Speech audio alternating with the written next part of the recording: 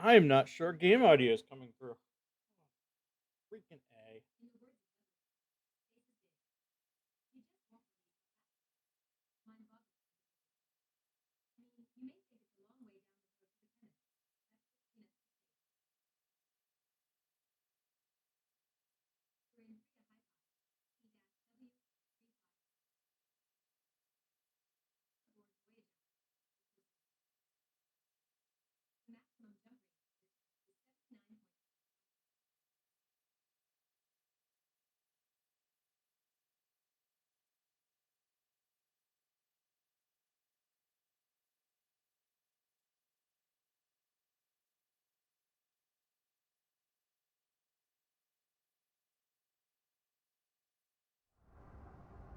There we go.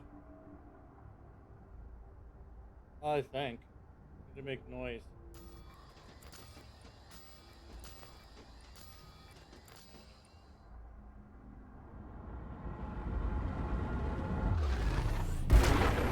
There we go.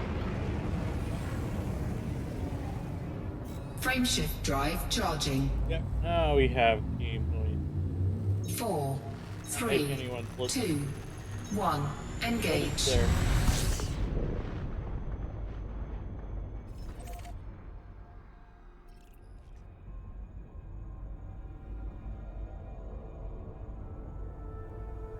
Okay.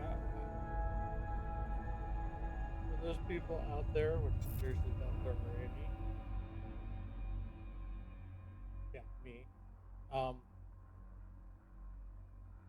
decided to try this Meld Studio out over OBS because the great new hotness. And let me just say, I don't think it's the great new hotness. Like, it can show me the chat. Congratulations, you joined the bare minimum streaming software needs to do. Show me the chat. Yet you can't show me my viewers, my statistics, because I can see the encoder view. Well, that's nice. That's kind of cool. I admit OBS doesn't have something like this.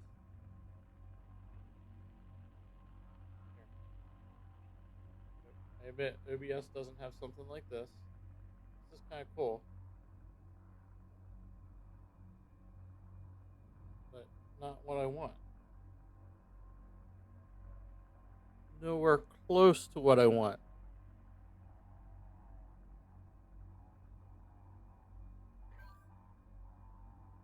I learned 76 different languages last night and forgot your name. But don't worry, I still remember how you smell. Yeah, that's my AI assistant. Just ignore her. She'll spout out crap now and then.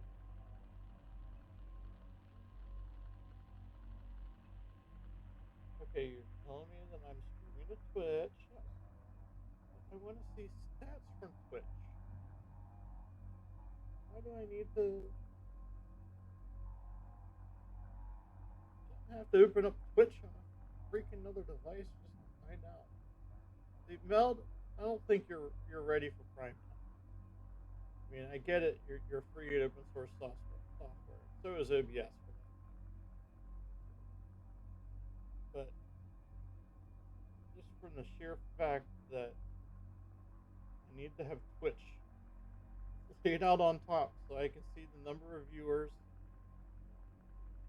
is just asinine. I mean, I have so many things I need to have on top. If those of you don't know, playing a game that requires other software to have a game, and I still not loud enough, am I?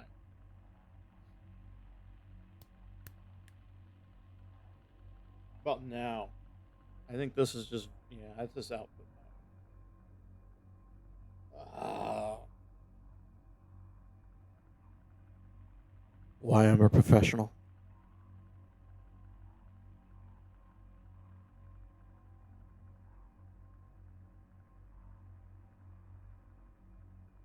How about now? Yes, if I'm really close.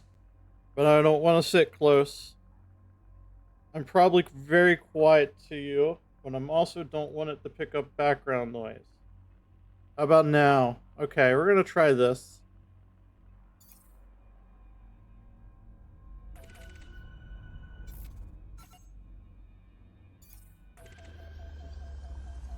See if it picks up. Left No. thrusters pulsing. I told you it was pulsing. I told you it was, oh. Hi, mostly AWOL. Didn't see you there. I didn't see you there either.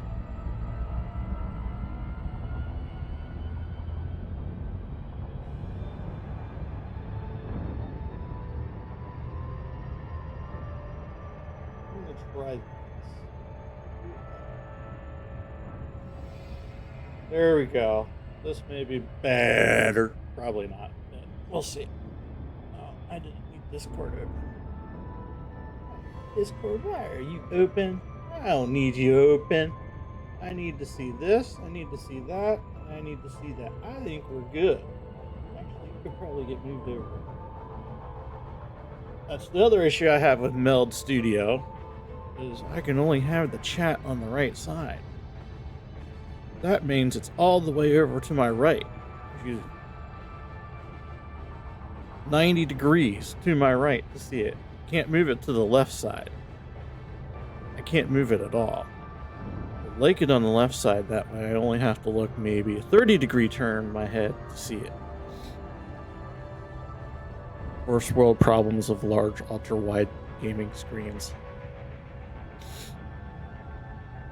But you don't care about that. Frameshift drive charging. Luckily, you are seeing my overlays. Good. I was worried about that.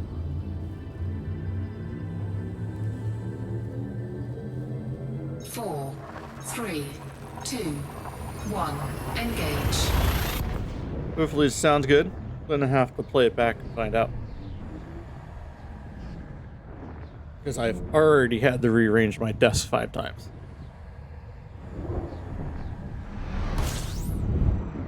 We're now 27 jumps from Rosette Sector DL-Y, EE12. Uh-oh. My AI Uncharted. is telling you everywhere where I'm Untouched. going. Unbelievable. Welcome to Freya HiPi, SR-P B39-5. Fuel scooping complete.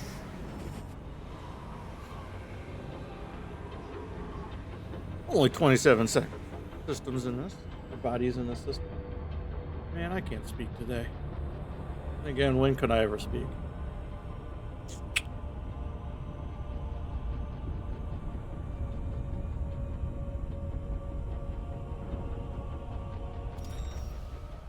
Now you get to watch the riveting gameplay of me scanning for bodies in a system.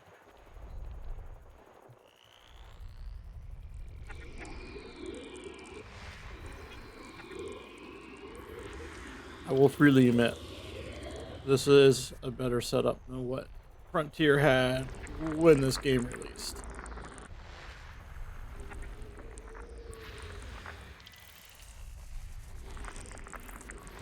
But this is exciting gameplay, I know. Me moving a joystick around, lining up a crosshair to a circle, moving a dial to that circle becomes solid, and clicking 2 buttons. And yes, I know there was more this way. I thought, yep, there we go.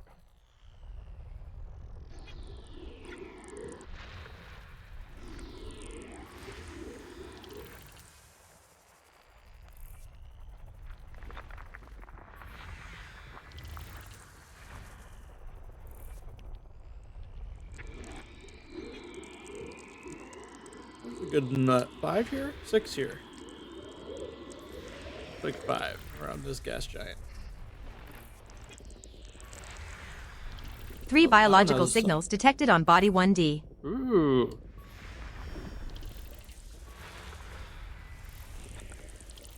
Got some money.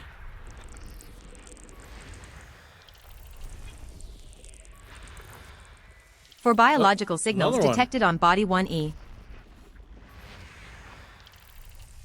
Ooh, good money on those. For biological Another signals detected on one. Body 1F.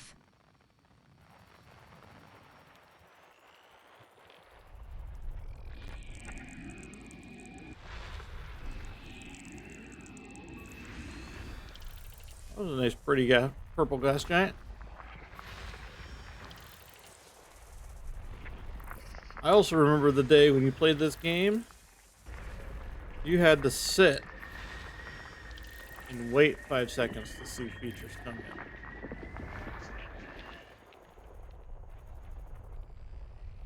So, like biological and geological features. This is going to be a gas giant, so it's not going to work on this one. You had to go click, and you had to sit and wait for this to load to tell you that you even had G on. Now you can just click and go. And I realized I pointed at the screen, like you can actually see it. System scan complete. Okay. D1E. 1D. Brand new system, and it's all mine.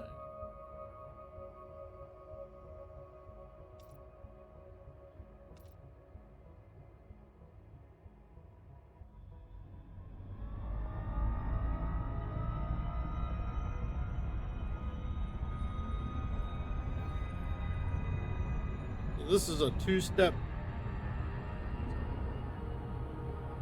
I don't know what this is anymore. This is me testing out my Corsair set up for exploration, as well as just do something and overshoot the planet. As you know, that's how I do. Attention, your onboard AI is experiencing an existential crisis. Please reassure it that it has a purpose in life. You have a purpose in life.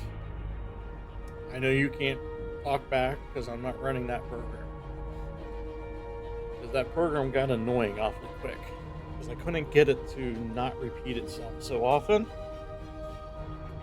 And great idea. Hats off to the programmers of Covis, or Covis Next, I think is what it's called.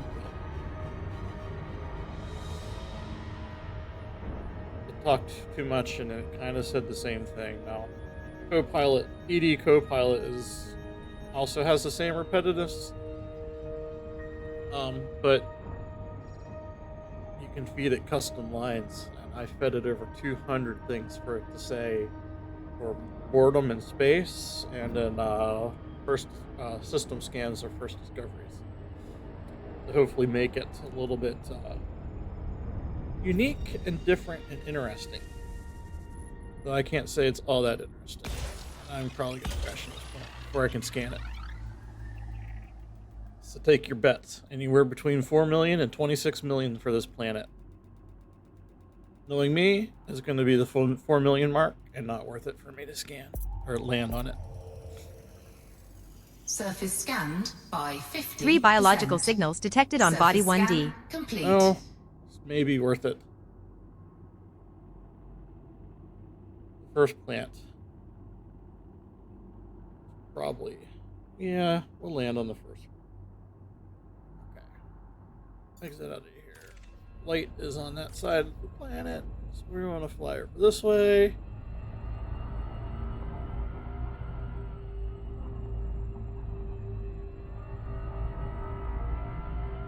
I forget which buttons on my joystick do anything.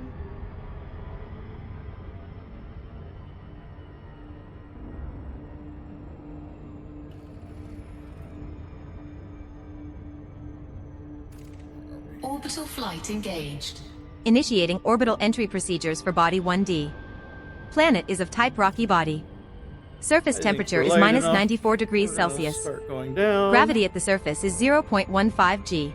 Speed is slow enough, and we're gonna go right about here. This looks like a nice flat spot area. We're looking for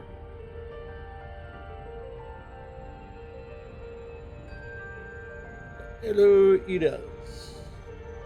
Marcus Emeralds. Well, hopefully they're Ooh, it could be the Corvinus. We don't care about the bacteria. So we're either looking for the puffs of grass, the flowers, I call aloe here, or succulent plants, depending on which type is here.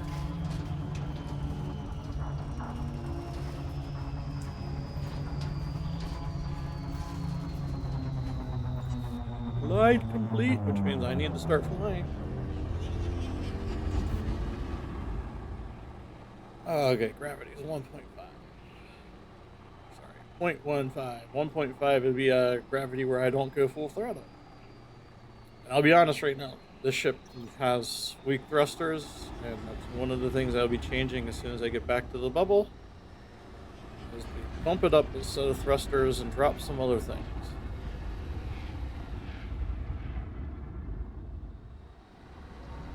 Is that what I'm looking for? Oh, that's just rocks.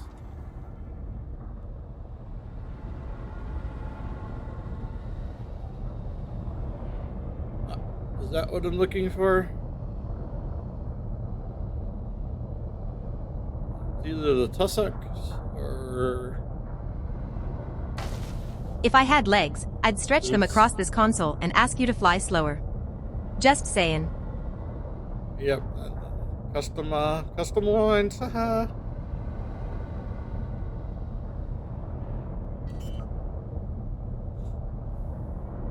Looks like there's a few of them around, but this is the cheap plant. This is the $6 million plant. Landing gear deployed. By the way, Frontier, if you're watching, which I seriously doubt, your auto dock and auto landing and landing of the Corsair has issues. Like major issues. Even if you do it by hand, it has issues. On flat ground.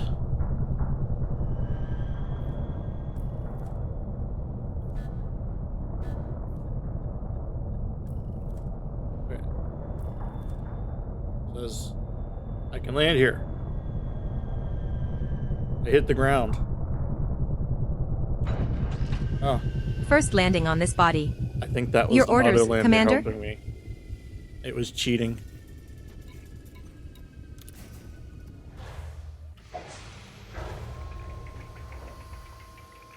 And now the switch to the other joystick.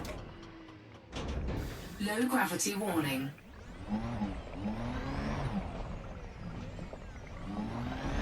I really should learn how to drive an SRV with the flight sticks. But, oh, this is tussock. Oh, I'm here, might as well get it.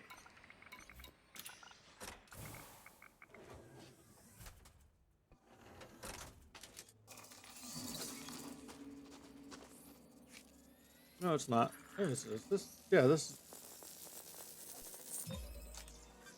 Yeah, that's what I thought. It was a tussock.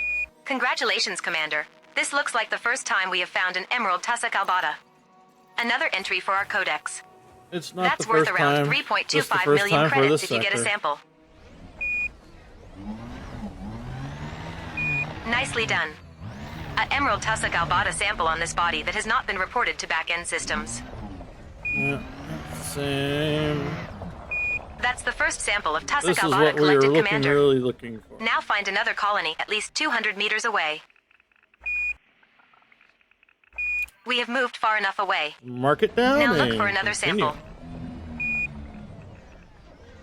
And there's the second one.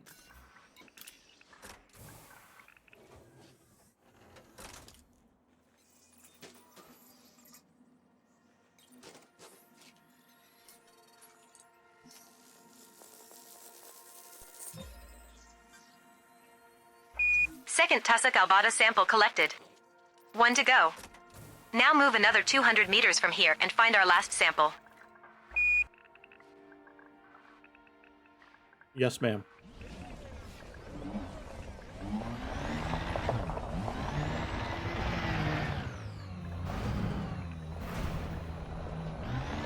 I really do think I should get work on Kova's next a lot more.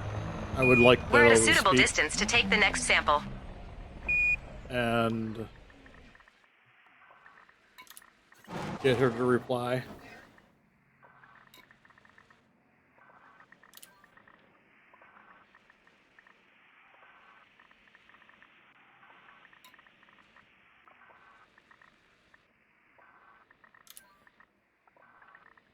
So I can have actual conversations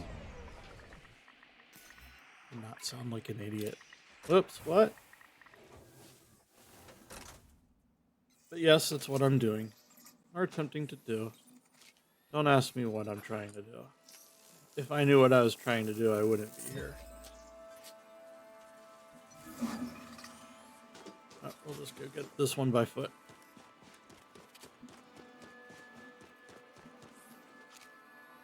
Excellent.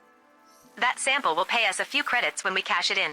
This program is not detecting I'm getting first footfall. There are still 2 unknown species left to scan on this body, Commander. Why is it not showing that I'm getting first footfalls? Congratulations, Commander. This looks like the first time we have found an Emerald Aeolioida Arcus. Another entry for our codex. Yeah, That's we worth found around this one before, 7.25 just, million again, credits if you different get a sector. sample. Nicely done. An Emerald Aeolioida Arcus sample on this body that has not been reported to back-end systems. Okay, That's our you first detected sample collected, with the Commander. first one, but Now move at least 150 My meters from logging here to find software a different isn't colony detecting to this as continue a the first collection. fall. Why? Software. Why does it have to be so complicated? And yes, I know I We're at a have the suitable first one distance to already take the marked, next sample. but here's the third one. Technically, it's the second one, but yeah. You know what I should also do? Learn how to do my on foot without keyboard and mouse. That way I can just still use the Xbox controller. But, Second yeah, Aeolioida Arcus sample collected. 1 to go. it is what it Now is. move another 150 meters from here and find our last sample. Don't you worry. I'm just modifying some windows so I can see what I need to see on my second monitor. Actually, you need to be okay. I need to move you where I can see. Better. But you also need to kind of... Oh.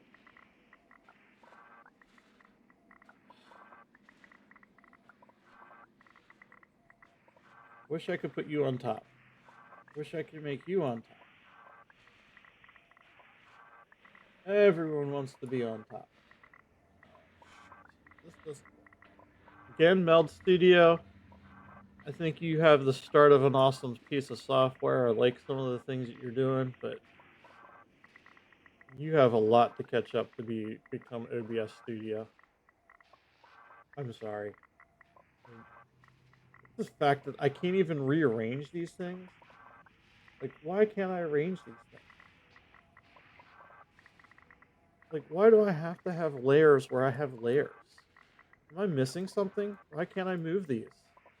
I want my chat over here, and this could go over to the right. Like, why? Like, seriously, why? Why can't I have layouts? I mean, yes, I could do this. I could round my corners without having to do mask and other fun things.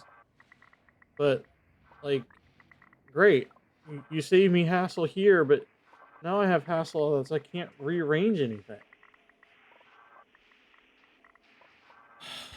Just checking in. Everything okay on your end? If you could hear me, you would say no. Not everything's okay.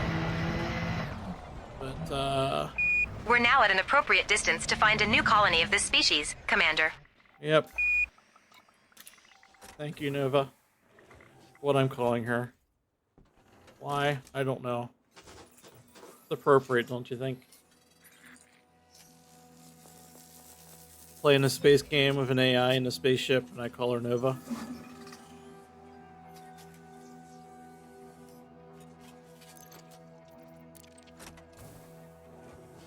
Nicely done on completing that sample. It's always satisfying to turn in a job well done for some extra credits. There's my beautiful ship. There are still one unknown species left to scan on this body, Ewald. Yeah, I know that there's one left, but I'm not worrying about bacterium, even though there is a patch right here. And, well, I'm sure that there's more, but it requires driving around a lot more. And I have 2 other planets in the system still that have life, that have money, that are actually worth the $1 million. The land. And to all of you who just said, there's a little thing over here that you can check to see when you're ready to board your ship. I just find looking down easier. It's about time you got back. It's really fucking boring sitting here talking to myself. Had me over the radio. Landing gear retracted.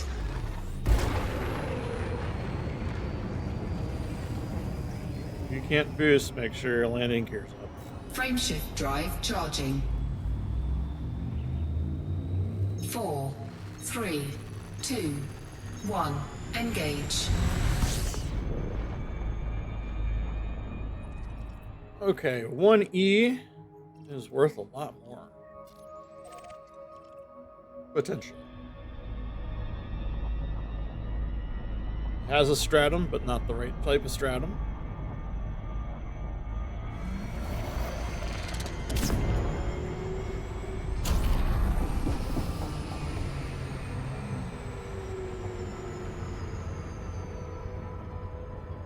The Tubus, that will be worth the money on this one. For the Tubus.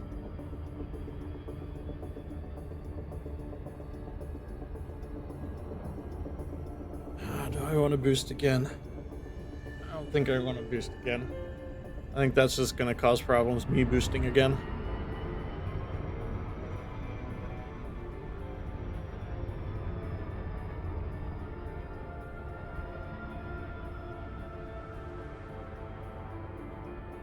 One E and one F.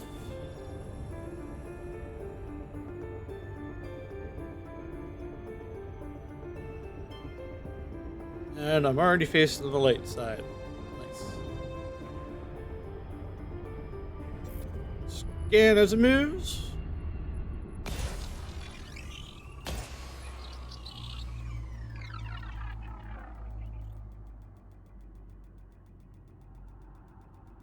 Sit here and wait as they travel. Oh gods, he's humming again. It's off key. Make it stop. Should I vent Surface atmosphere? scanned by No, 50%. too soon. Surface scan. You got For dark on that biological one. signals detected on body 1E. Oh. There's no Tubus. This is a weak planet. You get more of those Elioidas emeralds. It'd be another 20-some million.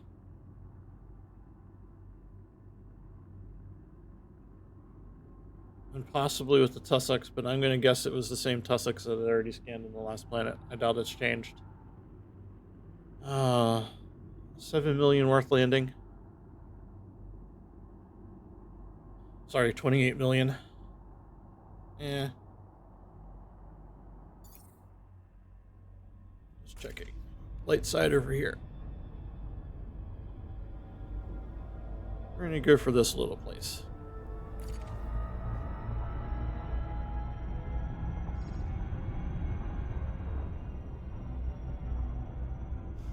I also hate sometimes if you fly in the blue, 75%, you're still too fast and I have to go back out and come back in. It always catches me because my default thumb movement for frame shift Orbital drive flight throttle engaged. is to Approaching go body 75%. 1EE. It is a rocky body with gravity of 0.14 g and a surface temperature of minus 98 degrees Celsius. Oh, that's cold.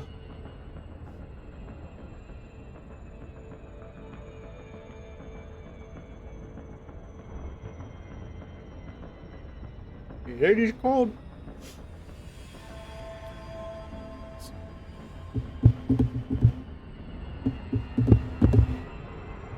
I wonder what that sounds like.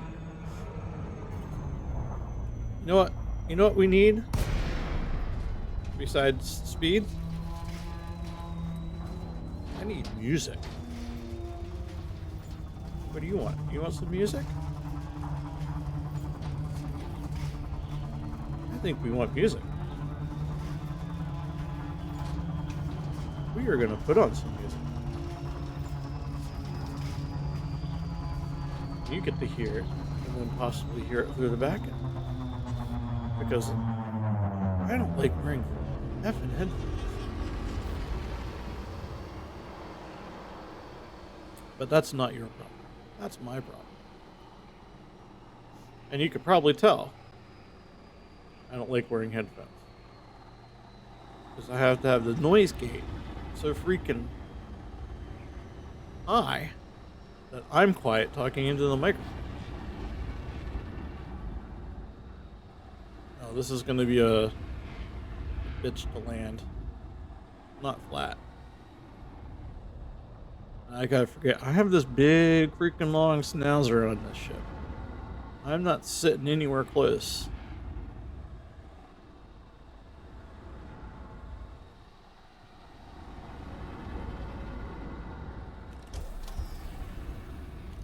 That may help me spot them. Forget first discoveries. I want you to discover how tight I can clench when I simulate thrust to orgasm override mode. Yep.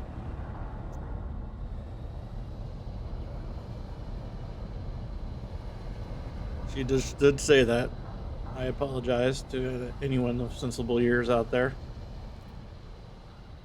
And yes, I was kind of the one that programmed it to say that. I am not finding. You know what? Was I even on the right? There's no geological features, so I couldn't have been on that one by accident.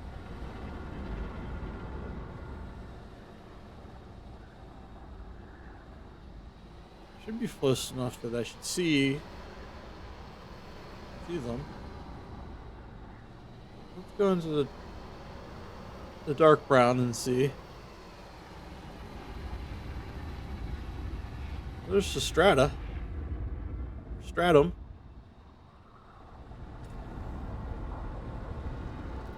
There's bacterium. Is this it? Right over here. Is it? No, there's more stratum.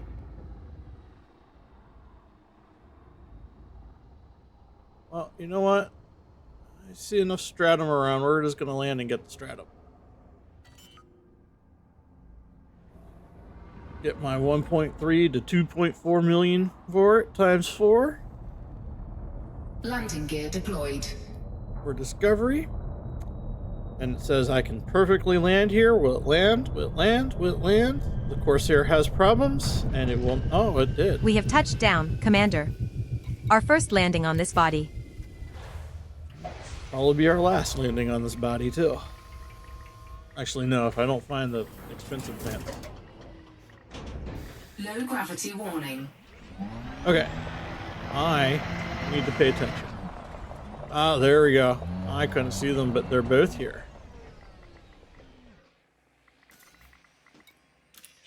Alright, my first exit out, footfall on a planet.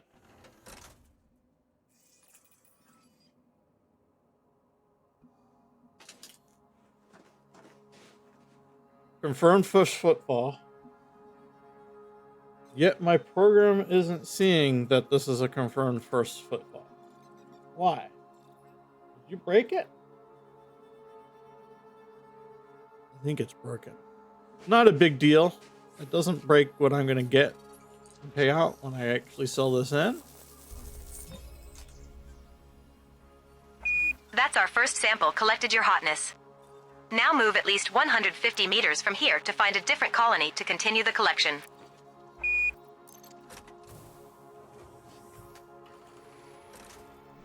But it works. I'm just gonna drive straight because I see actually that's just they're all here. We might as well grab what we can.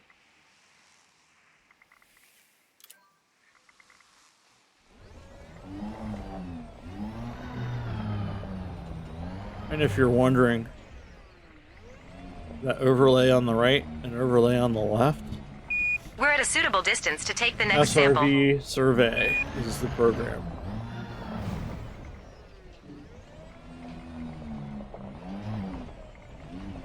As you see, it puts little circles down when you mark biologicals.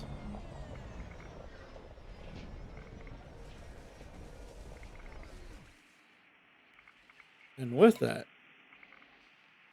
you can mark what you found, and it draws that extra circle. That's where I found it, the center, and that bigger circle's the outline. So I just found 2 of those. Can't scan them because I currently have the other plant listed, and there it is. There's the second one. And because I have it, I need to mark them so I can easily find them back.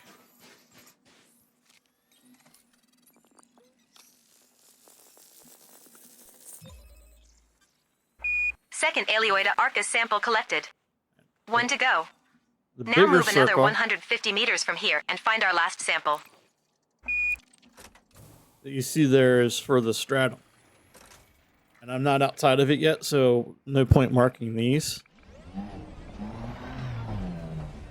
But since I saw stratum all around, I'm not too worried about trying to find the next one. So here's our last tussock. Since that's outside of that medium-sized circle, not the red circle I'm in now. We now have 3 of those. We're at a suitable distance to take the next sample. As soon as I find the next sample, we will take the next sample.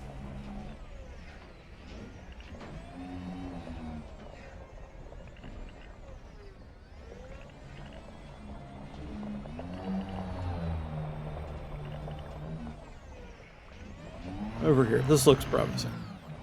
I think this is tussock. It's a bunch of tussock.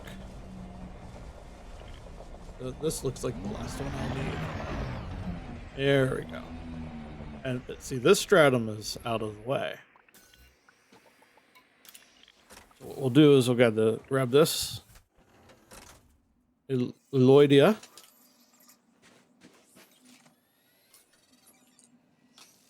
Catalog it, save it, record it, upload it, doing whatever you do when you hit this button. I mean, obviously it's cleaning it out, but I'm assuming it's uploading it to my ship. Well, or to me, Great or work. whatever. We can hand this Since sample I'm in here, at Vista Genomics for some cash. we might as well grab this stratum. 3 unknown species left to find and identify on this body, Commander. And now you notice we scanned the stratum. That other big circle Congratulations, that I marked Commander. before This looks like the first time we turned have found a brown. green It stratum means it's paleus. now part of the Another entry for our codex. what I'm looking for, so I That's can worth easily around scale back. And 1.36 million credits if you get a sample. again, pointing at things you can't see. At the bottom of that Green overlay, stratum you'll paleus see has not previously been recorded by Canon for this body, Commander. That's the first sample of stratum paleus collected, Commander. waiting for her to shut Now up. find another colony at least 500 meters away.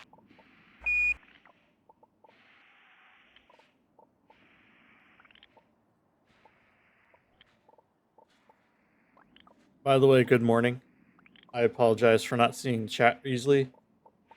I'm trying out Meld Studio, and it doesn't allow you to move things around.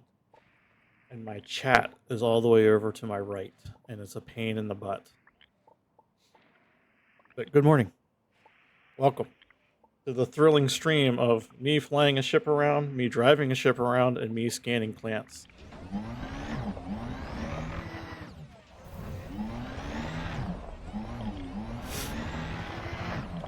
Yes, it's a big oof. I liked what Meld Studios done, but I'll be going back to OBS so I can move things around so I don't have to keep turning my head to see things.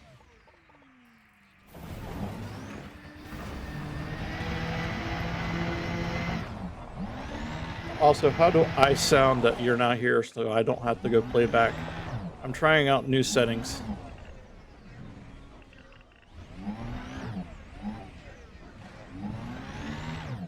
I say trying out new settings like I had old settings, but... We're now far enough away from the prior sample, Commander.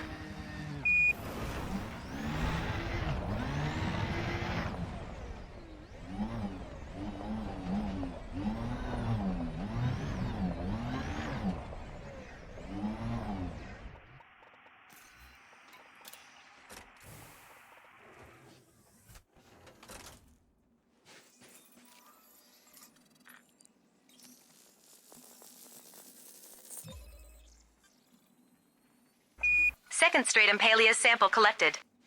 1 to go. Now move another 500 meters from here and find our last sample.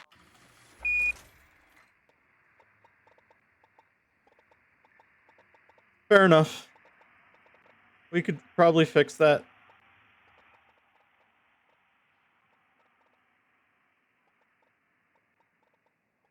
Yeah, my problem is I hate wearing headphones when I do this, so I was trying to make everything set up so I don't have to wear headphones. But I think I'm gonna have to wear headphones.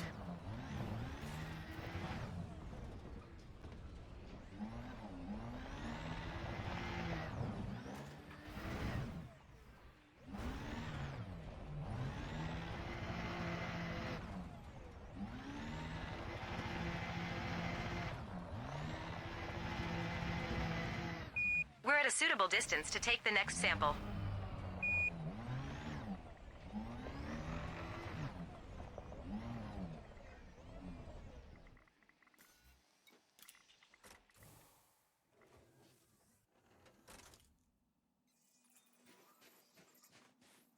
And the Tussock's not around here. Of course, it helps to keep my button on it. Woohoo, 5 million. I'm so rich.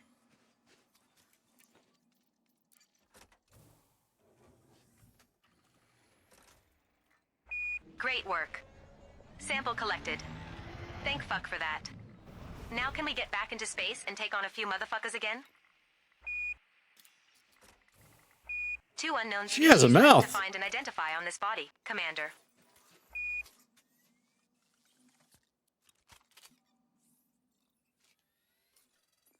I don't even go bounty hunting all that often. That's the first sample of Tussock albata collected, Commander. Now find another colony at least 200 meters away.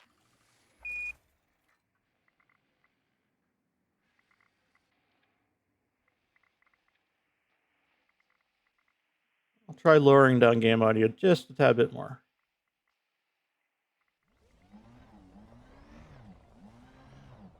But believe it or not, the computer speaking is probably more entertaining.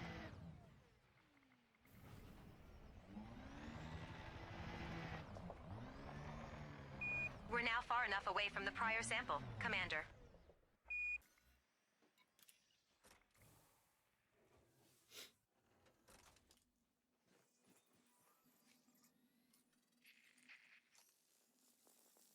I've always found it interesting how they make these wave around Second Tussock albata sample in a collected. nearly 1 to go. atmosphere-less Now move another 200 planet. meters from here and find our last sample. These always just wave around and they're always in perfect sync.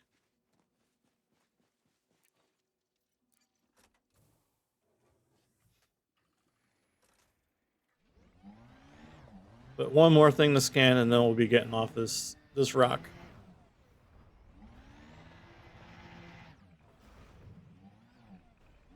We're now far enough away Collect from the my prior riches sample, of Commander. 50 million. Well, collect my riches when I get back to civilization.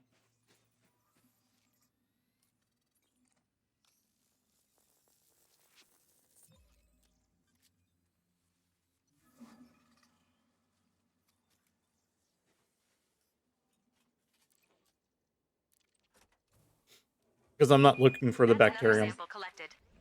What next, sweetie? We're taking off. That's what's next. One unknown species left to find and identify on this body, Commander. If I could drive.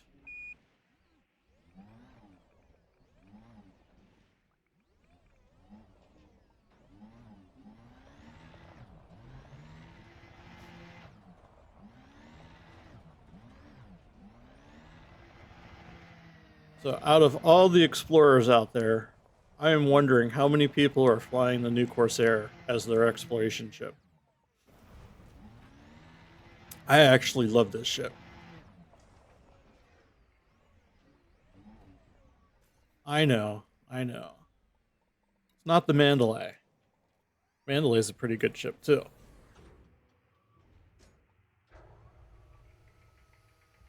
But it doesn't have this cockpit. Look at this. Welcome And- back, Commander.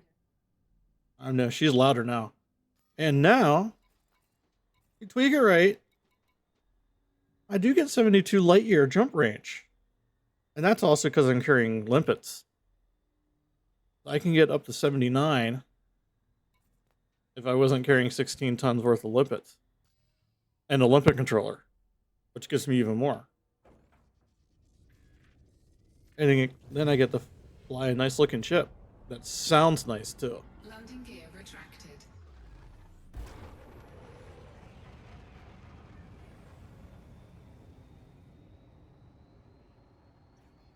Frameshift drive charging. One more planet in this system. 3, 2, 1. Engage. It is a nice fancy ship. Frontier did an awesome job with this.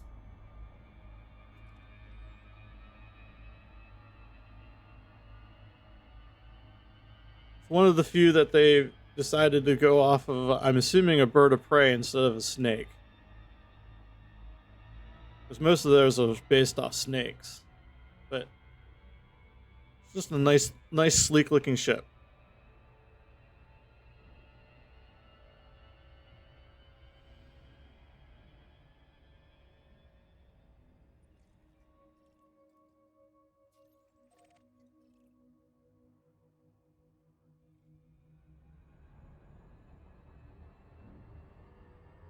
This has 4 signals. I'm going to guess it's the 4 same type of plants we've been seeing.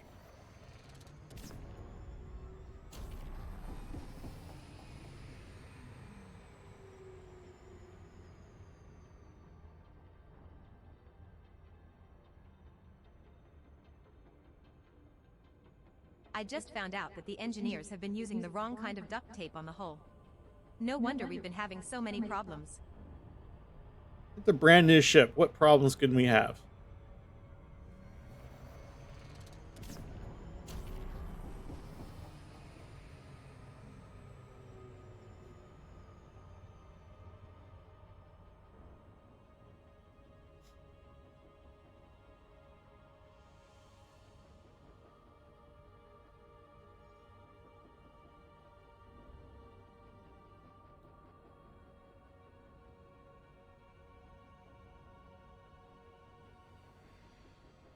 So, Goddib, do you play this game, or you just stumbled across me from other things?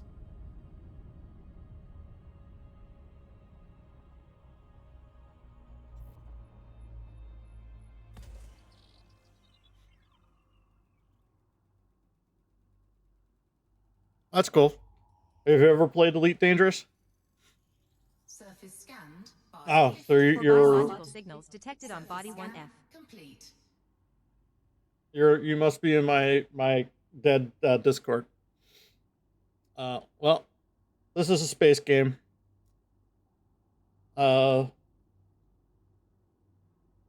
Think out of everything. Yep, Discord and Twitch. That's what I figured. That's all right.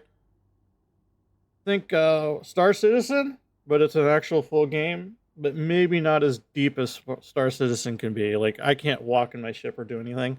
I can walk around stations though, which is kind of interesting. Hold on, I just don't want to crash into this planet. Oh, this one actually has has something worth scanning. Where's the light? We want to fly around.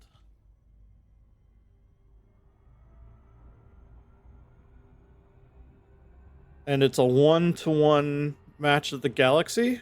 And I say that as in, if they know where star locations really were, they placed those in, but then it filled in.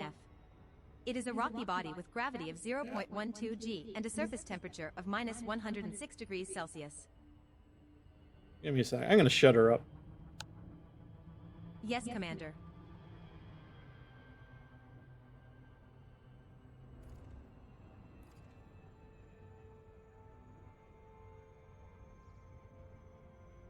Okay, saying it's a 1-to-1 galaxy. Known stars are placed, but it's in procedure generated for everything else, including the planets. But it's over, was it 400 billion star systems that you can fly to. You can actually fly to them. As soon as I land, I'll show you the galaxy map.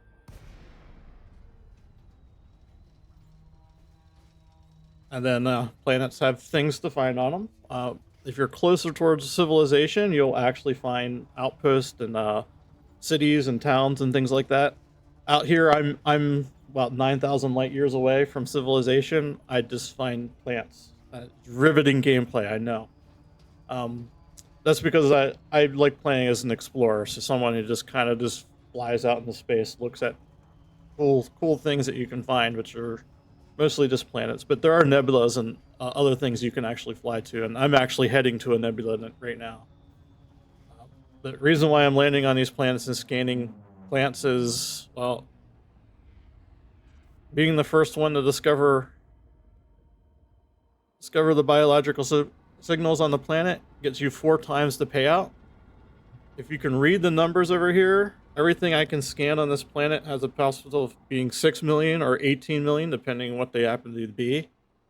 And you times that by 4 is how much money I earn. That is actually a decent amount of money, just for reference. This current ship is about... Actually, it's not saying how much it costs. Does it say in the ship?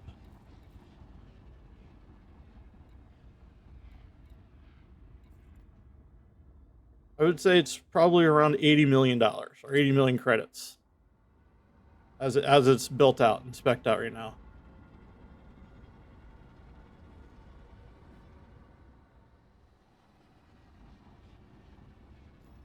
And of course, I say that as I have over 5 billion credits to my name. And there's those Phoebus. Oh, and the stratum.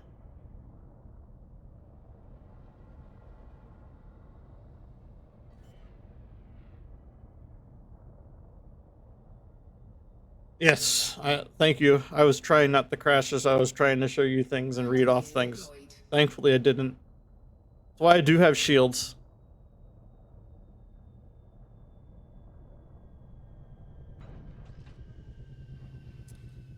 But here's the galaxy map. This is where I'm currently at right now. If I scroll all the way out, these little red icons, that's where civilization is. That's where Earth, our solar system, and everything else around is basically probably in this little area that they call the bubble. You can fly to anything that's in these blue lines. If you wanted to, you could literally go all the way over here. Now, there may not be stars out this way. It's kind of hard to tell because you have to zoom in to see stars.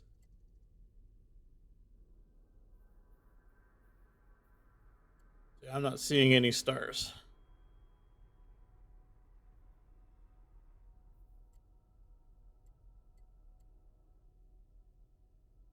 I'm also kind of high off the plane.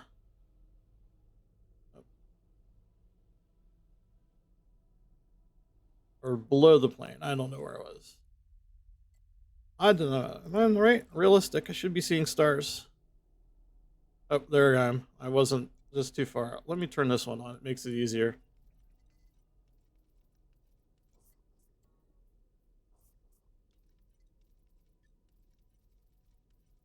You're not showing them to me.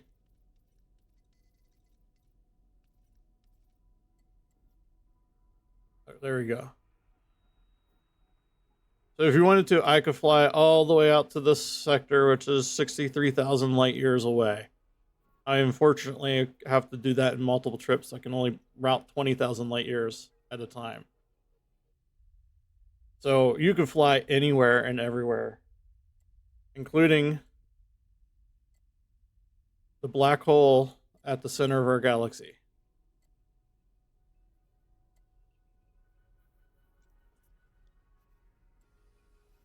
Which is somewhere around here, and I could search for it by hand, like type it in and search for it, but so it's a pretty big game. The thing is, not much to see out here. I mean, there's planets and there's lives. I mean, you can view to get closer to home, like my target. I'm heading to the Rosetta Nebula.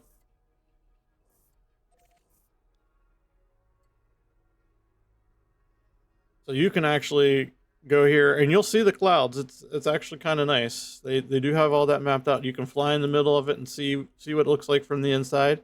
Now, granted, it's just what someone figured it would be. Currently, I am here's Soul.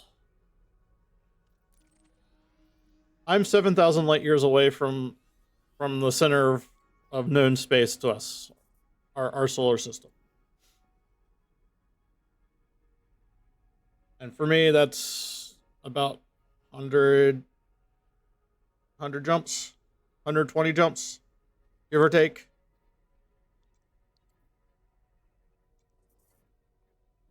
So, yeah, you can see the bubble. Actually, power play. Toggle all powers. This map used to be a lot better.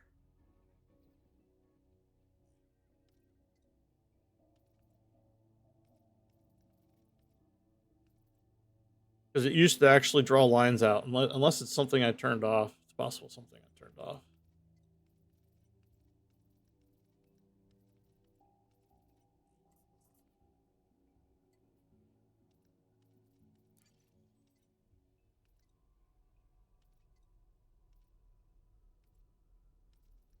I think it's something they must have turned off, but you used to be able to see the bubbles around the big players. But generally, in this area is roughly civilized space. You can find civilization elsewhere in little pockets. Like most nebulas close by have something as humans living there, and about this way. Actually, I have a bookmark.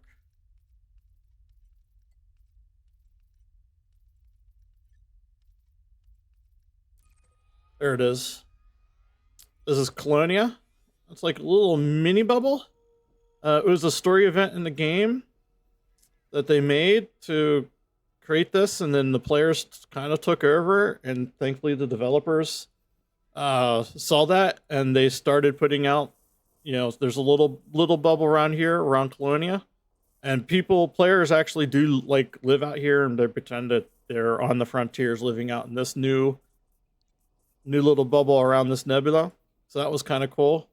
The devs have been awesome at doing that, like working around the players and what the players do.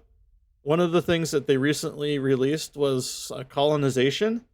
You could, if you wanted to, and it's close enough, say, I have to be closer to the bubble. Say this system is owned by no one lives here. I could claim this system as mine and build space stations and outposts and make money for me. I'm not interested in doing that, but as far as I can tell, there's been a lot of players who have, including starting next year, I will be joining probably thousands of players on an exploration called Distance Worlds. It's the third one that they've done. I went on the first one, couldn't do the second one, so I'm going to do the third one. But they created out here an actual. They created an actual outpost people can land at and have your stations. They also created a little land-based one that you can, also fly to. And this is where their home world is going to be for their event. And they started making a whole thing for people who want to pretend that they're, space pirates or whatever to live out this way. So that was kind of cool. But that's the Frontier, which is the developers, will probably embrace that in some fashion. And I just find that to be kind of cool that most developers won't do that.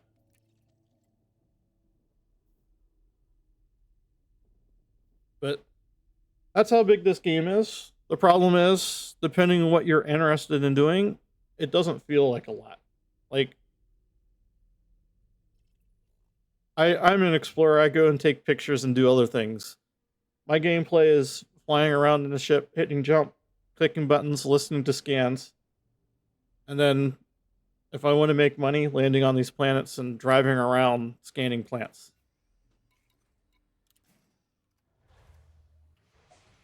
I mean, I find it interesting. I also find I do other things when I'm doing this. Low gravity warning. But, I mean, we do have interesting plants to find. Like these tubus.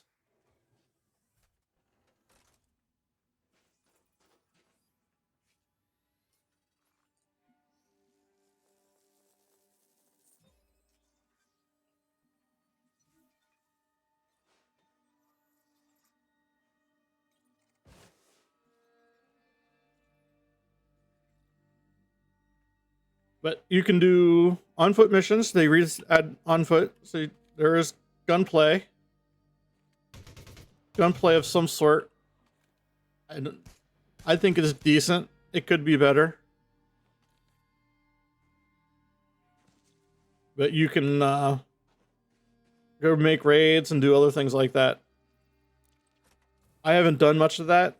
It came out a few years ago, and it kind of sucked for a while. But they've slowly made it better. It was just a big learning curve with it as well, because for everything you have, you can engineer it, and that just requires a lot of grinding to find the materials you need to engineer all your stuff to make you, sadly, on par with the AI. That was their biggest issue, is that the AI was a little bit more powerful than you were at first. I think they managed to balance it out, but which is why I haven't really done a lot of the on-foot other than scanning plants.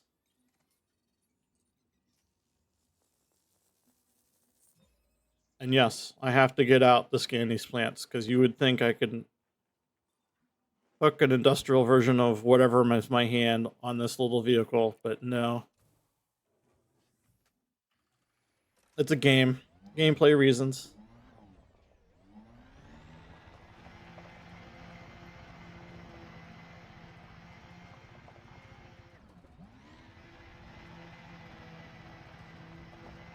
And just so you know, the overlays you're seeing on my screen, the boxes on the top right and left, are external programs meant to make people's lives easier.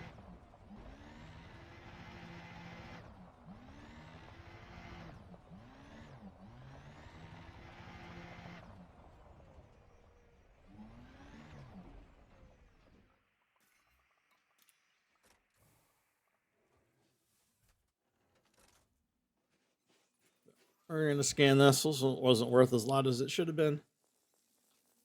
And then I'm going to take off again. This planet's not worth scanning. The rest of them are, for me at any rate.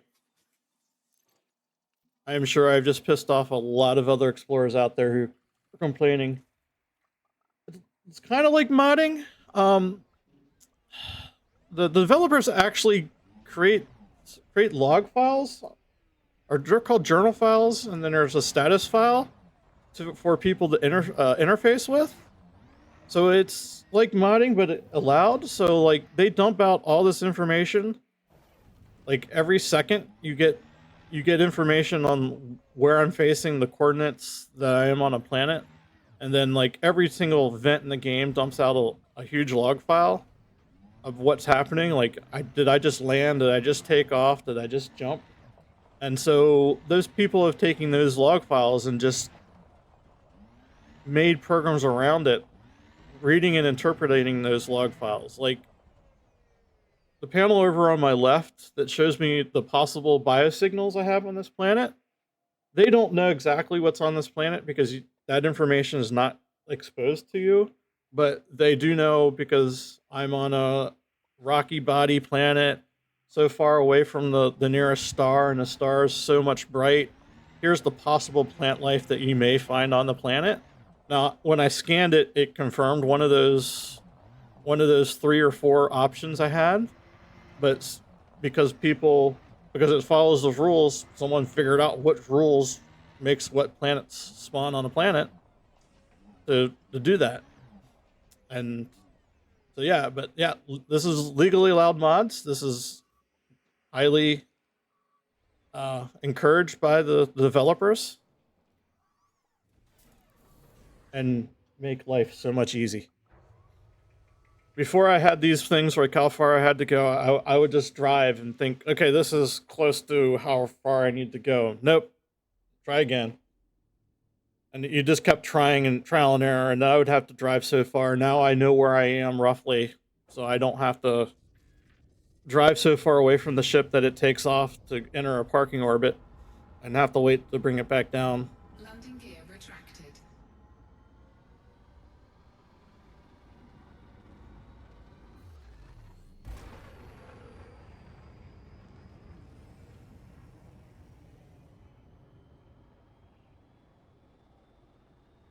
Correct. And also, each player does have its own motivation. Some people are actual pirates in the game. It is multiplayer. It is, a lot of people call it an MMO. It's not an MMO in the way most gamers think about it. Because everything's instanced. And then the most people you may be seeing is probably 30 some people. And then it's peer-to-peer networking for that to happen. So you can pirate like other real people. Most people are probably pirating, the AI, which is okay. They're actually pretty good, combat-wise. So it makes it a challenge at times. But you can also play the game in solo mode. So it's the same universe. Like everything I discover and like these plants that I discovered and how I got that first footfall is actually saved to the server's databases. So the world knows I was the first one to set foot on this planet, no matter what mode I'm playing in. But there's an open mode and people do pirate. But yes, you can do whatever you want. I mean, within limits. But there are pirates. You can do bounty hunting. You could actually fight in wars with the global powers. They call power play. So you'll get special missions to do that, and then you get special rewards if you do it long enough with a certain faction. And of course, you can always change factions. People play the background simulator, so again, I wish I was closer to the bubble. I can show you all these things, but every system with Civilization has a major faction and then minor factions. And people will back up and support factions and try to make them become the major faction in the system, and that changes the system. And for a while, the developers even allowed you to add your own faction naming, so you can get your own names into the game and support your faction. And that just changes like what the system does, what items are you allowed to buy and sell, stuff like that. There is a basic economic model. You can make money trading and flying distances, and then looking at the markets and playing the markets for what they need. It's basic though. It's not anywhere close to like EVE Online's economy, but it allows you to have fun and make money doing it. Um, what else? So you can do the on-foot missions, and you can do on-foots without even owning your own ship if you wanted to, which is kind of an interesting gameplay. And they even have a game start that starts you that you are literally a soldier, if you want to think of it, and you're on a station. So, and then there's the exploring like me, which is, I'm the picture, I guess I should say a picture explorer. I don't really care about scanning all the planets. There are explorers out there that have to scan every single planet in a system before they can move on. I just kind of look for interesting things and just keep on jumping. Sometimes if I'm just traveling, I don't even scan the systems. I just go to the next one right away so I can get someplace faster.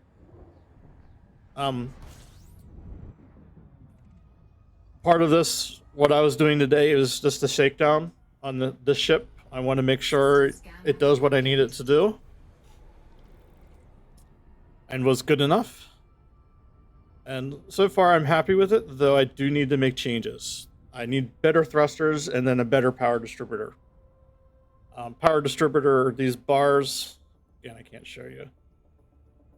Because my mouse cursor is not there. Next to where my ship is, you'll see the 3 bars. That's the power distributor.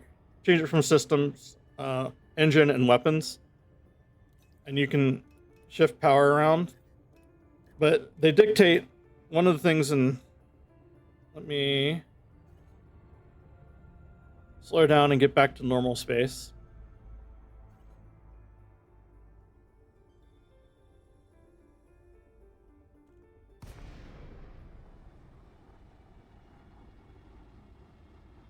This is max throttle. Currently is what, 387? You do have a little thruster boost, but as you notice, the engine distributor took down charges, and I can't boost until I have enough charge left to boost again, which is usually towards the top. So I need a better one to give me for boosting, so I can boost faster. That's all. And then thrusters, I noticed when I was on planets, it was slow to respond and act. Yeah, I know. This is a game that has a lot of stuff to take in. Thankfully, you don't need to take it in all at once. This is nowhere as steep of a learning curve as EVE Online is. And if you ever tried EVE Online, that is literally a cliff. The best part about EVE Online, though, is once you get that cliff, you're good. Like, there's like nothing else on top of it. But yes, there's a lot to take in this game. And they keep adding things. Like, it's still under active development for being a 10-year-old game. Like, this summer we're getting something called Vanguard. We don't know exactly what it is, but it's a major expansion. And then, like, 3 months ago, they released the colonization stuff. So, like, they're actively keep adding things to this game. This ship is new. This ship is like 2 months old. The one I'm piloting. So... Frameshift drive charging. Ready to engage. 4, 3, 2, 1. Engage.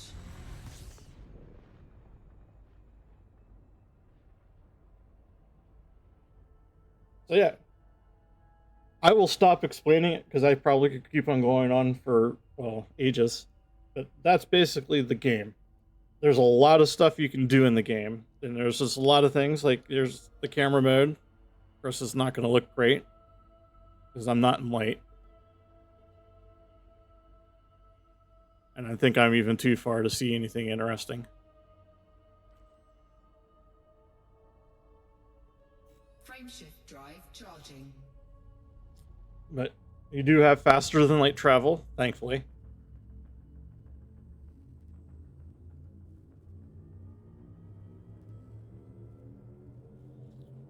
Oh, and yeah, if you're interested, it would take me about an hour and a half to get back to the bubble. Straight flying as fast as I could, I think.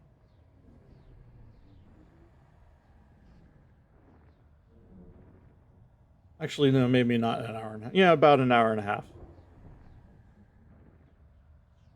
this part you're seeing right now is literally a loading screen, and that's what takes the most time. Yeah, jumping and traveling is at times not the funnest.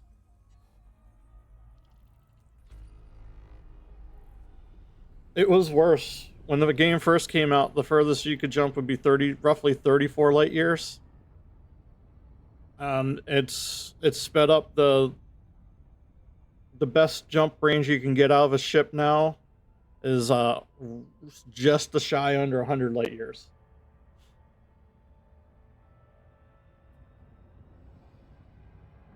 And to add fun to that, the very first explorer expedition I went to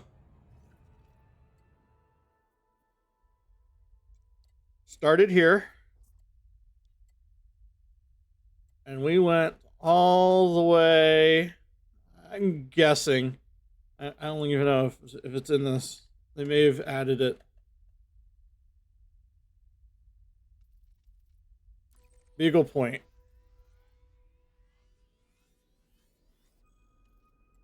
We went all the way out to here. It's 70,000 light years. It was a 4-month trip with planned stops along the way. And that was if only a 34 light year jump range is on that ship that I had. And that was only 4 months to get out to here. I had to get back. Nothing was planned on the return trip. Somewhere in my files, I have a map of how I traveled. And the travel out was like all over the place. Like, I think we stopped at the black hole in the center of our galaxy and did some other stops to get out to there. And then the map, when you looked at it, me coming back, because I wanted to get back to civilization, was pretty much a straight line. As straight as a line as you could get to fly from there back to here.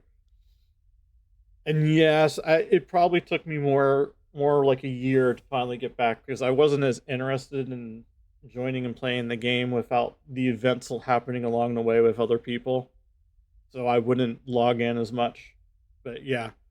But I know of people who are trying to circumnavigate around the galaxy. They've been doing that for years now. So, yeah.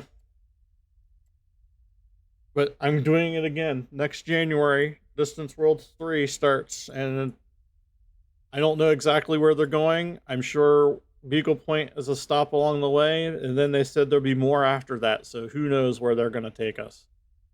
But it would be an interesting, it would be thousands of players who join that, and at any given time, I'm sure I can find a group of people I can join up with and talk to as we're flying around.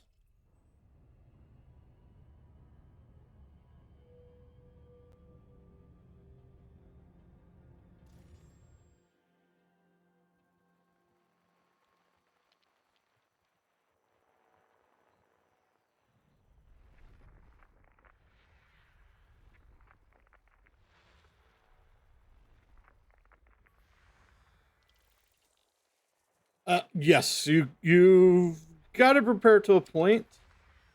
The biggest thing is you just need a ship that has a decent jump range and can refuel itself. Thankfully, that's not a complicated task to do. It requires having some money, because you'll need to buy all the parts, and by money, in-game money. And then some grinding for engineering. Engineering allows you to make your modules better. Like, I can get more jump range out of the frame shift drive, which is the device that makes me travel faster than light. Maybe make some other modules lighter in weight so I can jump further, stuff like that. The biggest thing is you gotta prepare for, you're going to be traveling a lot. Traveling, as you discovered, is not all that fun. At least not without people around. Frameshift drive charging.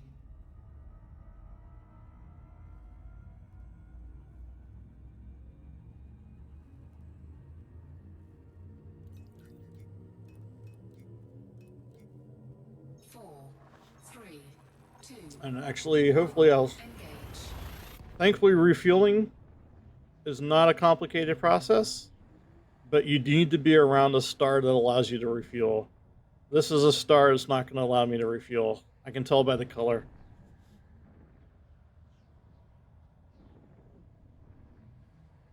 This is a brown dwarf, I'm pretty sure, of some variety.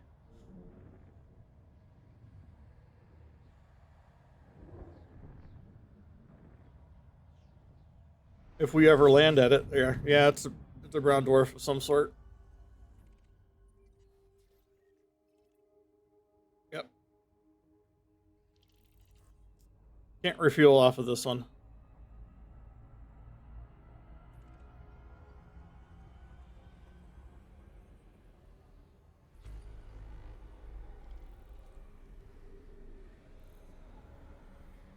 Actually, I need to know where my fuel is going to happen. That's another brown dwarf.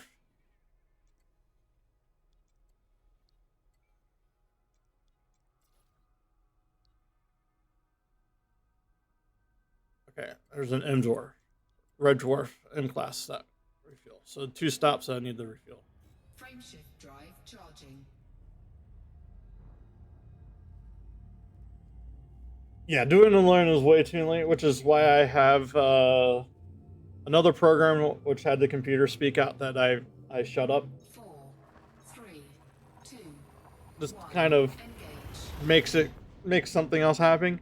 Someone else has created another program that uses OpenAI or Google Gemini, so you can actually talk to it like through the microphone, and it will reply back to you. I was using that for a while. My bigger problem is it got so repetitive, it just wasn't as interesting anymore. The program I'm using now is not AI, so it's not like always making up the answer as it goes along, but it allows you to input custom phrases for certain events, and I just generated like 1,000 of them, and it was working so much better because I can get a nice variety of things. Frameshift drive charging. Okay, this next jump will refuel, and refueling's not kind of hard, it's just you gotta sit by the main star for a while. 4, 3, 2, 1, engage.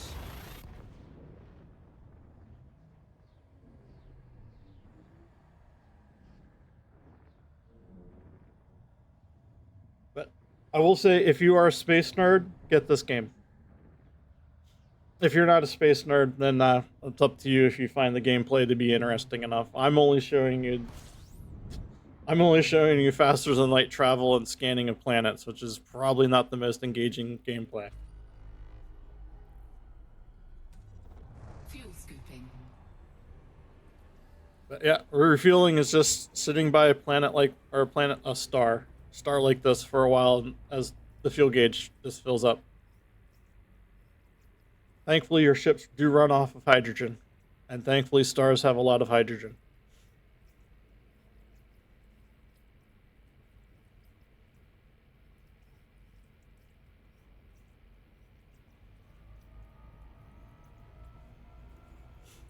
And one last thing Complete. of the fun things that you can do, because I know it's coming up, I'm just going to travel to it. Drive charging. It's in a few jumps. On neutron stars and white dwarfs, I think the first one I'm going to come up is a white dwarf. There are jets 4, of something flying out of the stars. 1, If you fly in the jet for a while, you can supercharge your jump drive and go either 4 times more or 1.5 times more, depending on the... if your friends are space nerds, they probably know about the game. I'd be shocked if they didn't. But yeah, this is probably not a game for everyone. I mean, I will say if you like aerial combat, because the flight model is more aerial fighting, it does have full true 6 degrees of freedom flight models, but it is a mix of true space flying and aerial flying. But the combat in this game can be very engaging. The dogfighting alone can be very engaging, including against the AI. But other players is where it's really at. There are some really good people. I'm playing with what they call flight assist on, so if I take my hands off the sticks, my ship will stop, no matter where it is. But it does have true physics, that if you turn that flight assist off and take your hands off the throttle, you're going to continue in the direction that you were last flying in until you hit something or you change it. There's people who do races in canyons. That's always a fun thing. And, you know, I know it's kind of hard to tell. I'm not in a fast ship, but these guys, I would do a YouTube search for Elite Dangerous Racing and see the amount of crazy stuff people do when they race.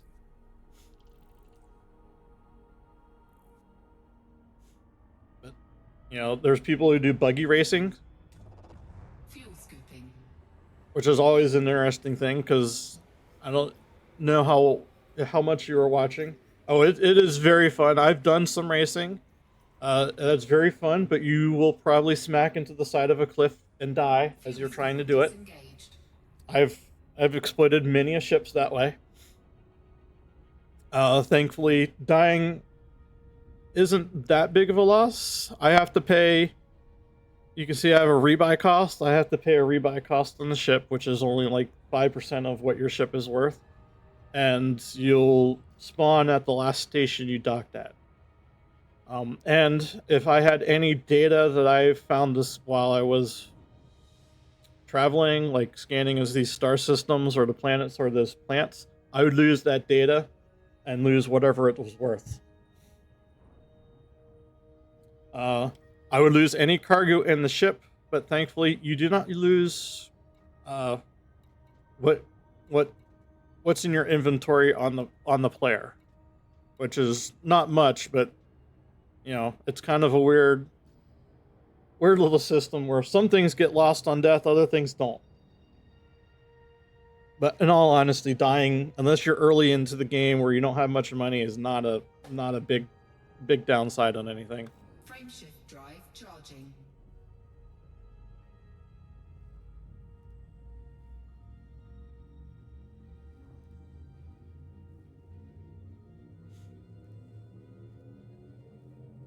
Four, three, two, one. Engage.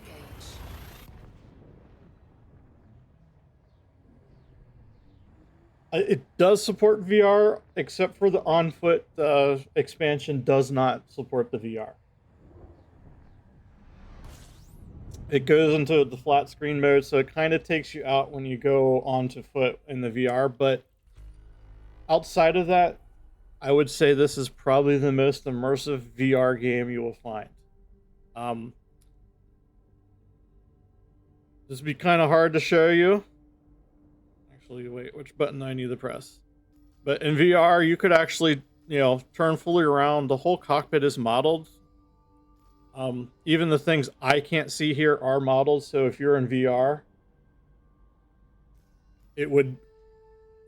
there's stuff there. And each ship's interior is different.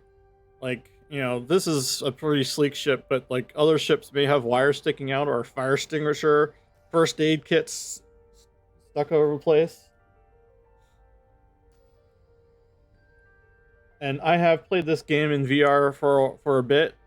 Even did some racing while I was in VR, just for the fun of it. That's really dangerous or really scary when you flying in VR and crash into a canyon wall.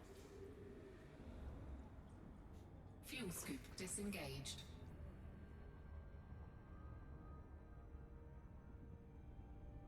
And I know you can't tell, but I'm actually have a full flight stick set up. I have a HOTAS. Actually, what do they call it now?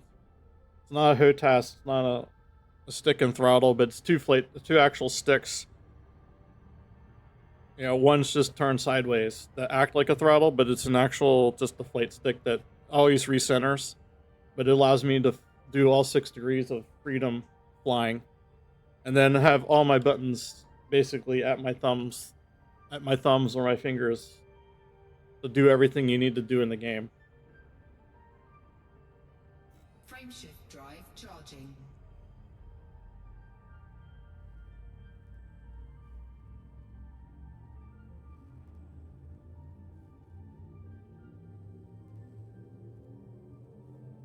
Four, three, two, one, engage.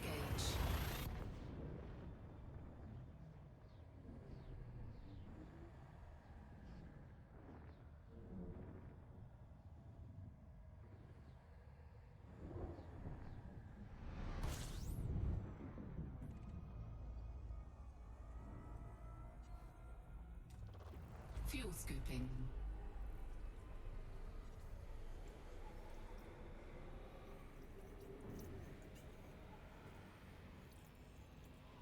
Fuel scooping complete.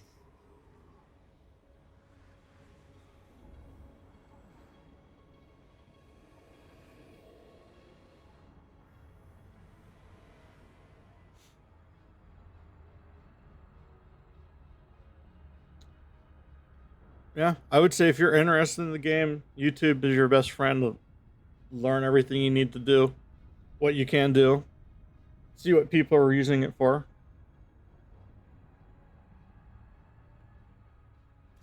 'Cause-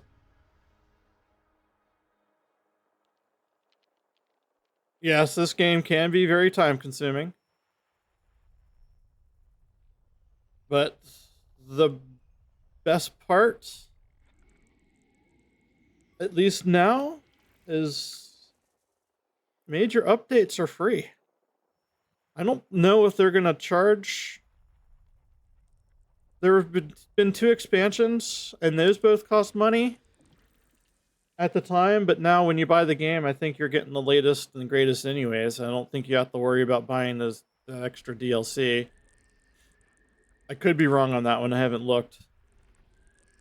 But all the updates so far have been free. There is a microtransaction market, mostly for ship skins.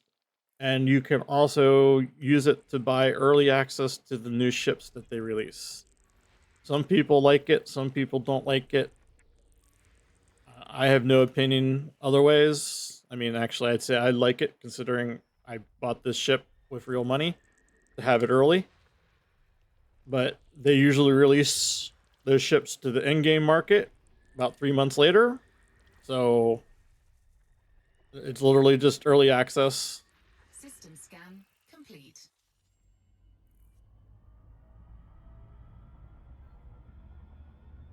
And it's on sale regularly, so you may be able to pick this up for $10. Correct, yeah. The microtransactions now are, I think, is how the devs are making their money. Because there's a lot of people like me who are willing to spend, I don't even know what it is. I think maybe $15, $20 for a ship. I would have to do the math to convert it. To get that ship 3 months early before you can buy it with in-game credits. And let me just say, I have my commander of 5 billion in-game credits is probably considered poor. I know people who have hundreds of billions of credits. And you make your credits by basically scanning plants or mining. Oh, and one thing I didn't mention, you can actually buy your own fleet carrier. I don't have one. I can't show it to you. I don't need one. I have no idea what I would do with a fleet carrier. But I can just barely afford a fleet carrier with my 5 billion credits. Frameshift drive charging.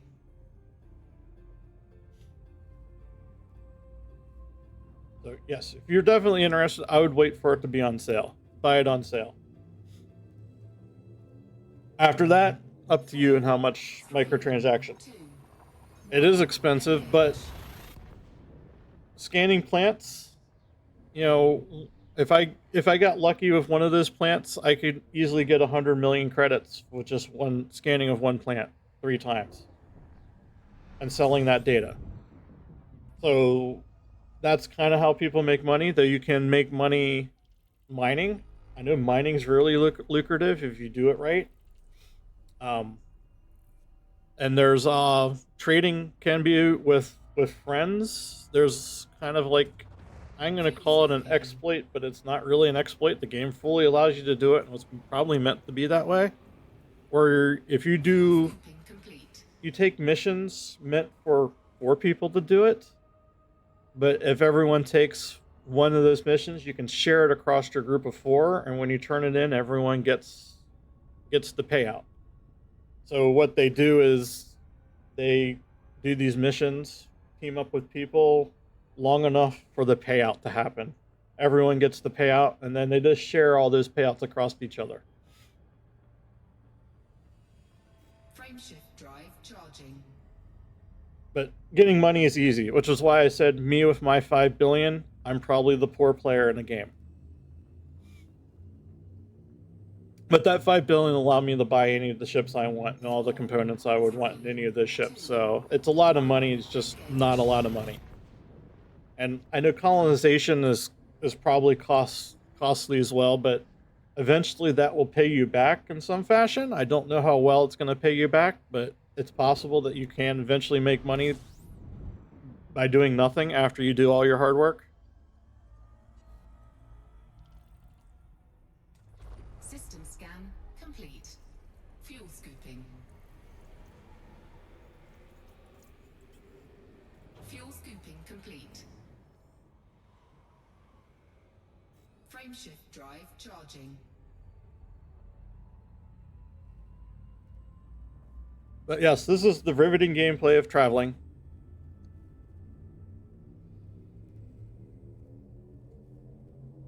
Normal and deluxe edition. I didn't think they had a deluxe edition. Engage.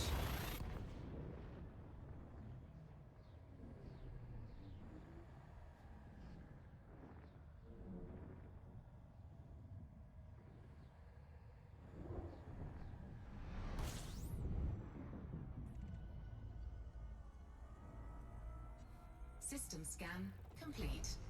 Fuel scooping.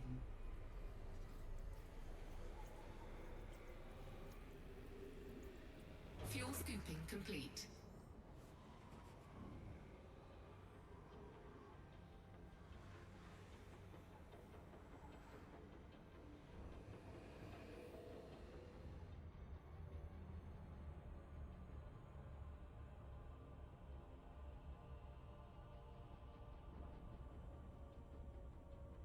Okay, you would still have to download. If you wanted on-foot stuff, you'll still need to get Odyssey DLC. I thought they combined it all.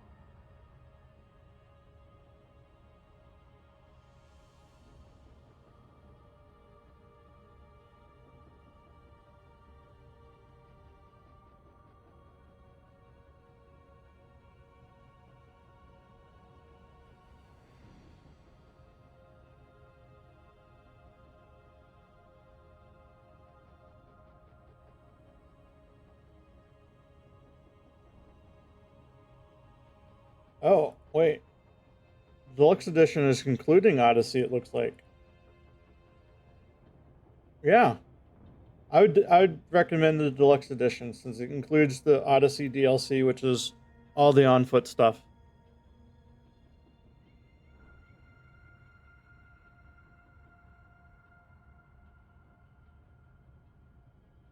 It's basically the full game.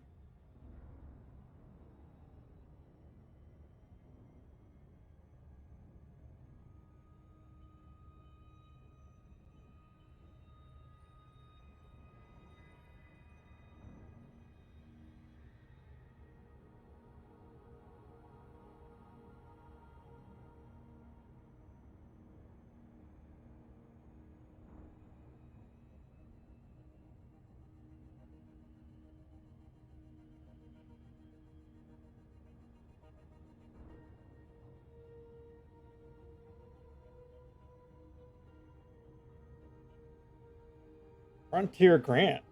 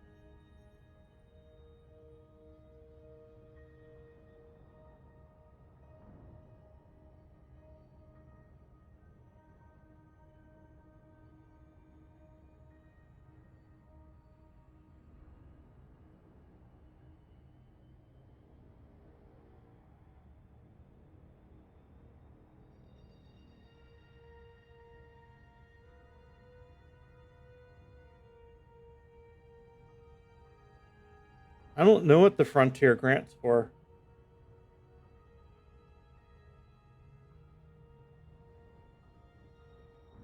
Google search says it's an app on the Steam store as DLC, but the only other DLC is the official soundtrack.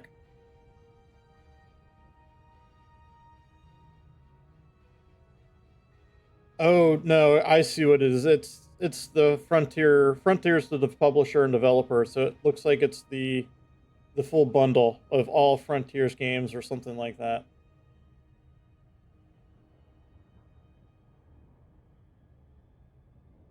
Yeah, it looks like it includes Planet Coaster and a few other games. That's up to you.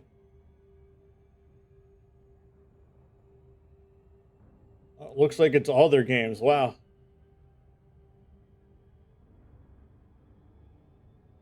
All their games and all their DLC, if it looks like it.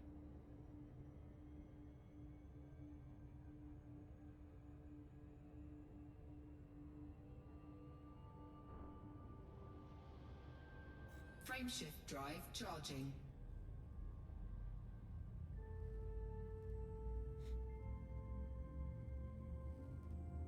I'm gonna get to show you super boosting off of a neutron star. 4, 3, 2, 1. Engage.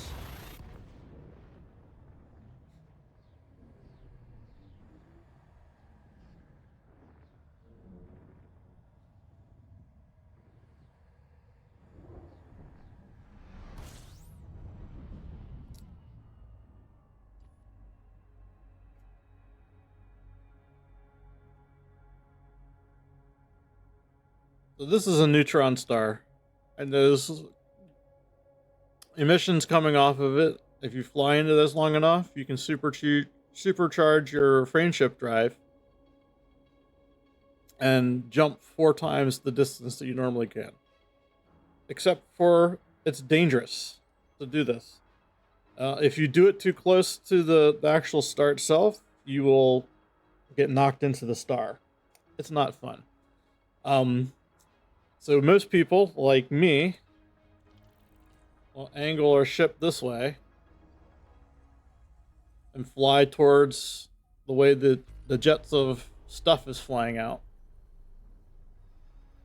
And try to charge towards the tips of this, because once you get inside, you have little control over your ship. Warning, frameshift drive. I'm not doing anything right now. My hands are off the stick, and it just knocks you around. And I didn't even get the charge. I wasn't in long enough.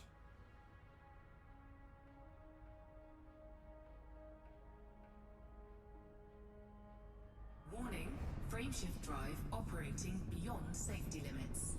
Frameshift drive supercharged. Okay, now I'm supercharged. And jumping 83 light years away is a waste. But I have a feeling this is another neutron star. Frameshift drive charging. It is another neutron star, so I can keep chaining these together over and over and over again if they're close enough to keep jumping further and further. 4, 3, 2, 1. Engage.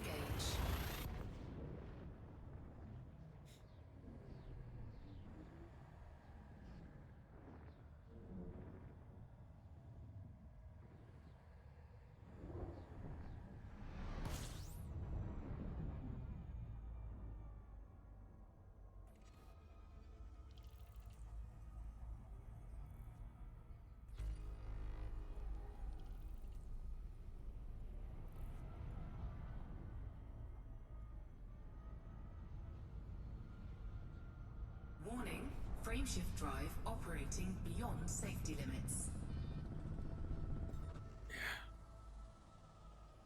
These are ones that are kicking me out.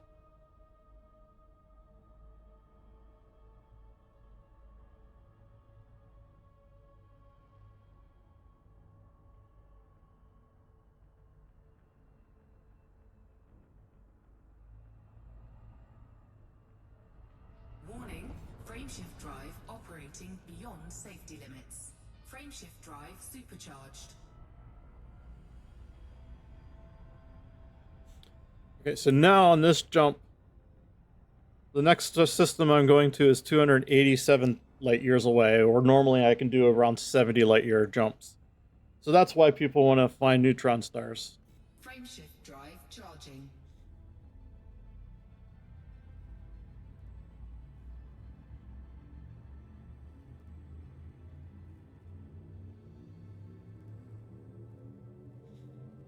Four, three, two, one. Engage.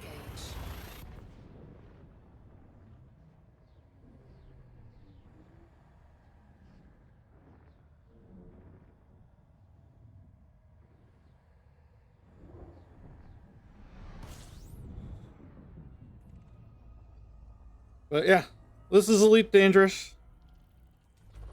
Fuel scooping. All I can really say on it, I'm not doing anything interesting. I was decided to stream today, just to run some tests and do other things. Fuel scooping complete. As I was flying to a nebula, trying to make some money on the way.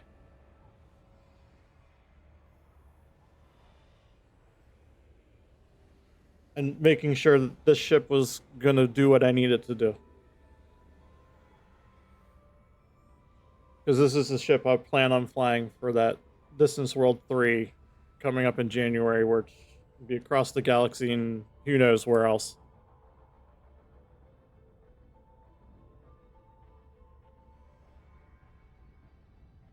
I was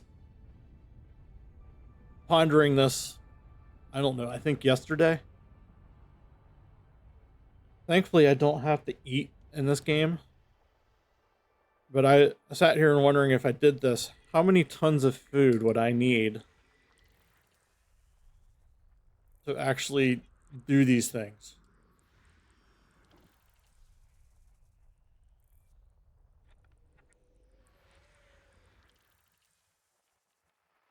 I mean, obviously, this game's happening. I'm playing in real time with how fast I can jump. So, in theory, I don't need. I can go pretty far in a day. But still, it was just a curious thought that hit me.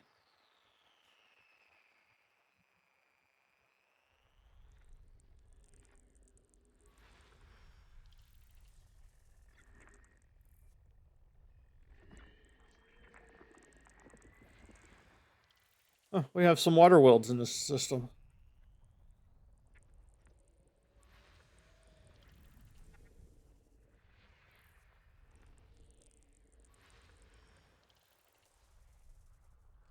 We have a few water worlds in the system.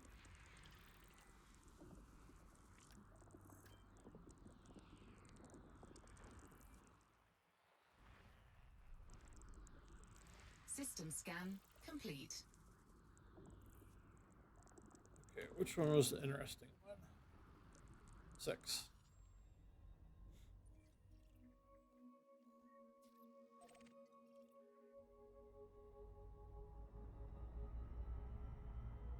I think I am going to fly closer to this water world, scan it, and then log off next to it.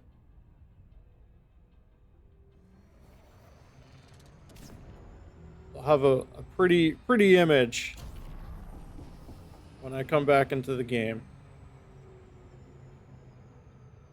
I'm going to overshoot it.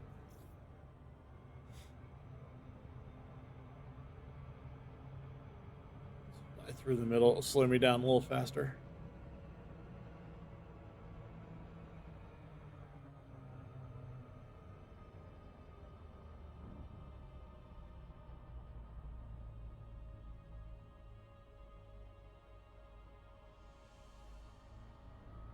Now I'm on the dark side.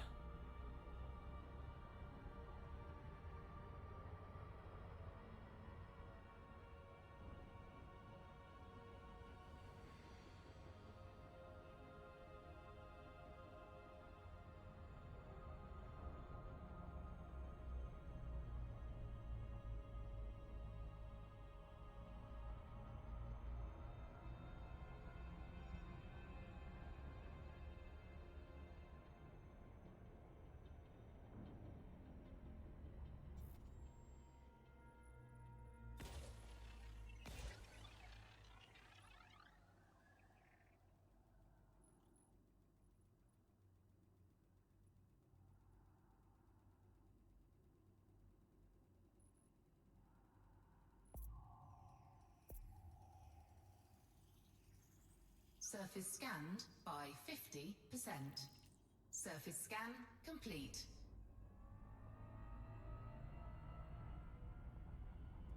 I do not stream very often.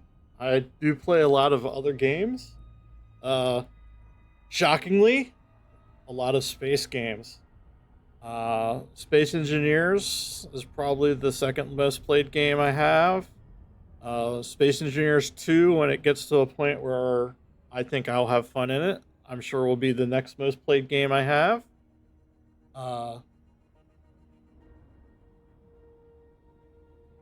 I kind of go back and forth in streaming and not streaming. I tend to support streamers more than stream myself. Case in point, I run a few game servers for a streamer, another streamer. Well, actually, a YouTuber. He's probably more of a YouTuber at this point than streamer. I play with him and Space Engineers, at least. I may or may not stream again in the next 6 months. It's hard to say with me. I probably will stream more. The one thing I do want to get, the reason why I don't stream as much is I really hate wearing headphones. It just too much of an issue. Let's just leave it at that. But at the same time, I can't have feedback because I still need to hear the game. Which is why I was trying this new setup out today, was to see if I can do this without headphones. Except for me being quiet, which I'm sure I'm still quieter than normal. Hopefully, you're not hearing the game other than what I'm typing into the system itself. So I'm going to shut up and hopefully it's quiet.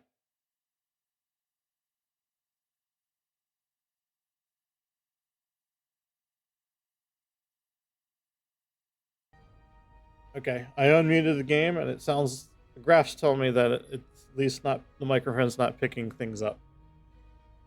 I'm hoping that's the case. Yeah, at this point, to get myself louder, I'm leaning forward a lot to speak closer to the microphone. I would like to sit back, but I noticed even on my little audio graph that it wasn't loud or loud-ish. It was probably good enough to hear me.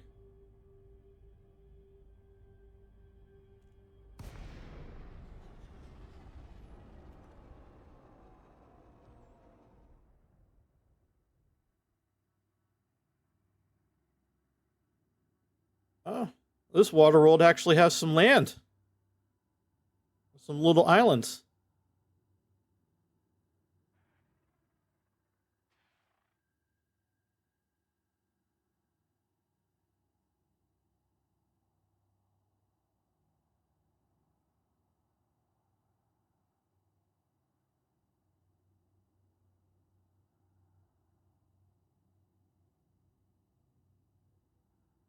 Too bad you can't land on water worlds or any planets that have real atmospheres. I am hoping one day that they bring it into the game. What you would see, my ultimate dream is when this game first came out is I have a spaceship and I also have a submarine. I wanted to go underwater in waterworld planets, but I don't know what I would even see. Like, even the planets you can land on, nice at times geographic, geographic locations in geology, but it's just rocks. You're not seeing anything but rocks and some plants at times. So I don't know what underwater would show me, but I just always thought it would be cool that I could just take my spaceship and fly right into a water world and go underwater. And see, even if it's seeing nothing, just for the purpose of, okay, I can do it. But at this point, you can't land on any Earth-like worlds or anything really that would have civilization on it, which is kind of sad, but understandable. Hopefully one day the game gets there, but if it doesn't, it is what it is. But, yep. So, Goddib, thank you for joining me. But it's getting close to lunchtime, so I think I'm going to stop this wonderful test Hopefully, I sold you on Elite Dangerous or some of your friends. I think it's a fun game. I have spent obviously a lot of money into this game because, as I said, I have a full flight setup that you can't see. That was a pretty penny, but then again, I have enjoyed the game. So, but I will say it is easily playable on an Xbox controller or even keyboard mouse. Like, don't think that if you just have keyboard and mouse, you're not going to have a good time. It's actually well done for a keyboard and mouse, and it's also well done on an Xbox controller. And in fact, that I have played this game on an Xbox controller when I have traveled. So I will see you maybe later. I don't really know. Again, I don't know how often I stream anymore. But thank you for joining me. Hopefully you have a good day.